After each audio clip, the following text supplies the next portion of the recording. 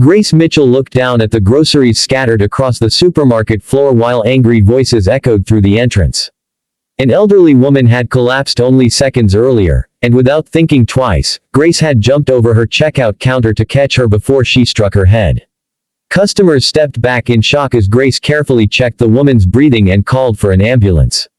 The old lady's hands trembled as she whispered, "Please, don't leave me." Grace gently held her hand and stayed beside her until the paramedics arrived. But instead of receiving thanks, she heard another voice, loud enough for the entire store to hear. "Grace, you're fired," shouted the store manager, Harold Benson. His face was red with anger as he pointed toward the exit.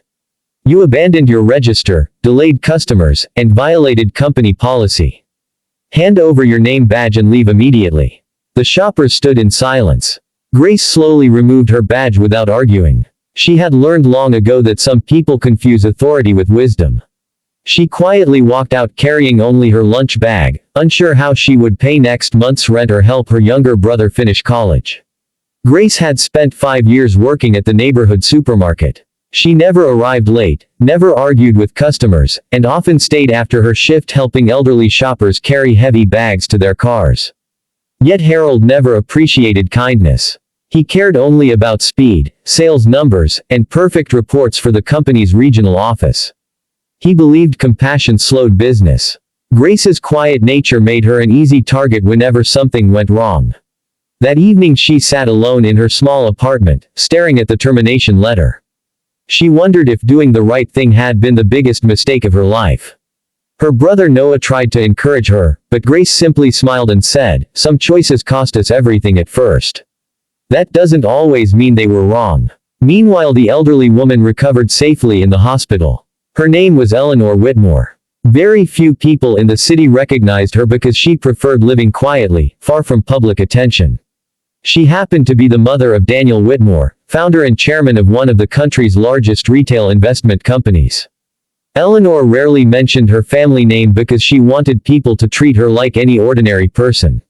When Daniel arrived at the hospital and learned that a cashier had risked her own job to protect his mother, he asked the nurses one simple question. "Where is the young woman who helped her?" They sadly explained that she had already been dismissed for leaving her register. Daniel said nothing, but his expression changed completely. Over the next several days Grace searched everywhere for work. Some stores had no vacancies. Others offered only temporary shifts with half her previous salary. Savings disappeared quickly. Bills piled up. Still, every morning she dressed neatly, printed fresh resumes, and continued applying without complaining. One afternoon she volunteered at a local food pantry simply because she had free time and believed helping others should never depend on having money.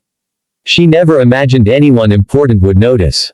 At the same time Daniel quietly began investigating the supermarket. Instead of making angry phone calls, he visited several locations as an ordinary customer. He watched employees rushing under constant pressure while Harold publicly embarrassed workers for the smallest mistakes. Former staff members described years of bullying, unfair dismissals, and ignored safety concerns. Customer complaints had been hidden to protect management bonuses. Everything was carefully documented. Grace knew nothing about these events. Weeks later she received an invitation to interview for an administrative assistant position at a charitable foundation. She almost declined because she believed someone more qualified would surely be chosen. Noah convinced her to attend anyway. When Grace entered the conference room, she was surprised to see Daniel Whitmore waiting beside his mother.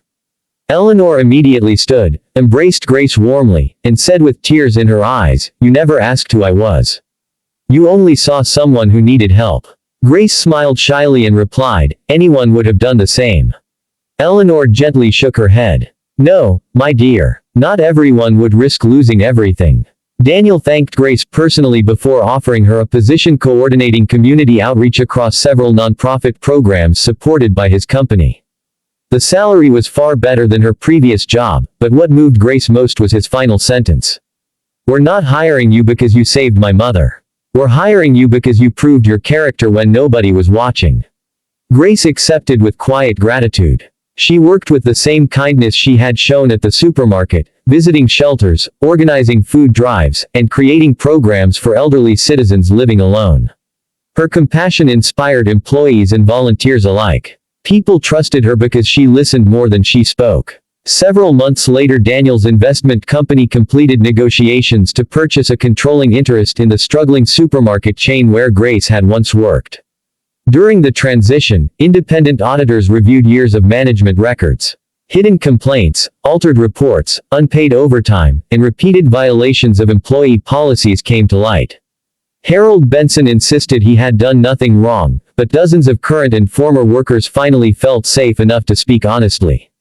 Their stories matched the written evidence almost perfectly. Harold was dismissed immediately, along with several supervisors who had protected his behavior. New leadership introduced employee training focused on respect, safety, and customer care instead of fear.